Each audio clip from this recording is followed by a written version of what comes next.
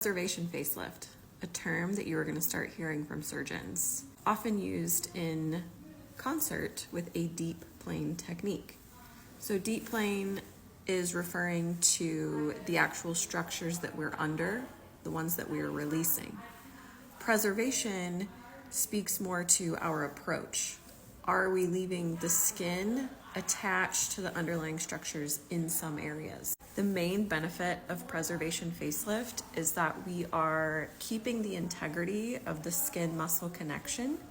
This leads to quicker recovery and potentially better outcomes. That's what we're showing ourselves as a community right now. This patient is only 9 days out from a preservation deep plane facelift, deep neck lift, upper eyelid blepharoplasty, lower eyelid blepharoplasty, a little bit of fat grafting into the midface, and pretty aggressive laser resurfacing. I have found in my own practice that with the preservation technique, patients tend to have less swelling and less bruising, which helps speed up their recovery. This is only 9 days after surgery.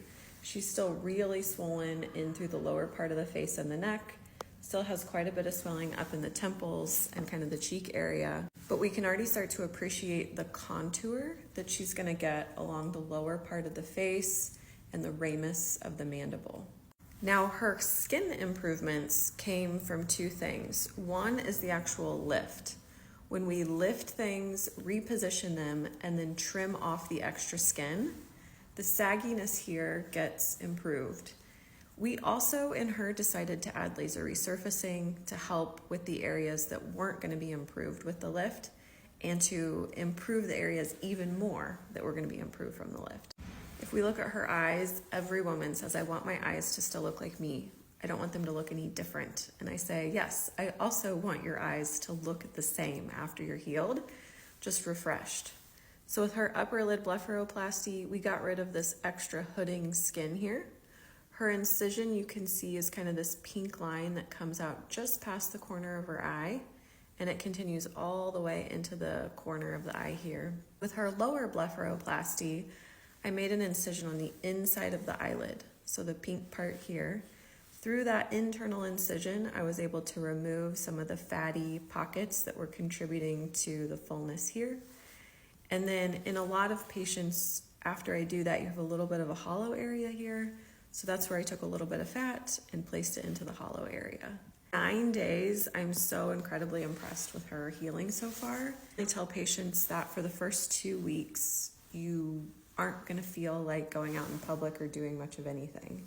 After the 2-week mark, so if we give her 5 more days, she's gonna be able to wear her hair down, start applying a little bit of makeup if she wants to cover some of the pink spots from the laser, and she will generally be able to walk around the grocery store or Target, be around acquaintances that really won't know what she had done.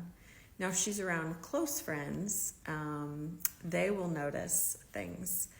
And then in about a month, most people are starting to feel really confident about the way they look.